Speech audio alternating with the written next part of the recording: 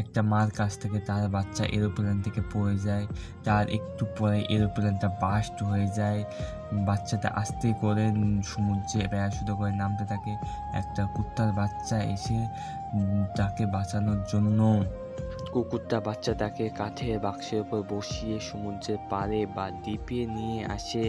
তারপর সেই বাক্সের মধ্যে কোনো খাবার খুঁজে না পেলে সে একটা ছোট্ট নারকেল গাছ থেকে ডাব পেড়ে সেই ডাবের জল ফিডারের মধ্যে ঢুকিয়ে বাচ্চাটাকে খাওয়ায়। তারপর কুকুরটা মাছ ধরে রান্না করে মাছের স্যুপ খাওয়ায় বাচ্চাটাকে। তারপর তারা একসাথে ঘুমায়। তারপর কুকুরটা সমুদ্রের পাড়ে হেল্প লিখে রাখে। রেস্কিউ টিম দূর থেকে দেখতে পেলে কুকুরটা আর বাচ্চাটাকে উদ্ধার করে নিয়ে আসে।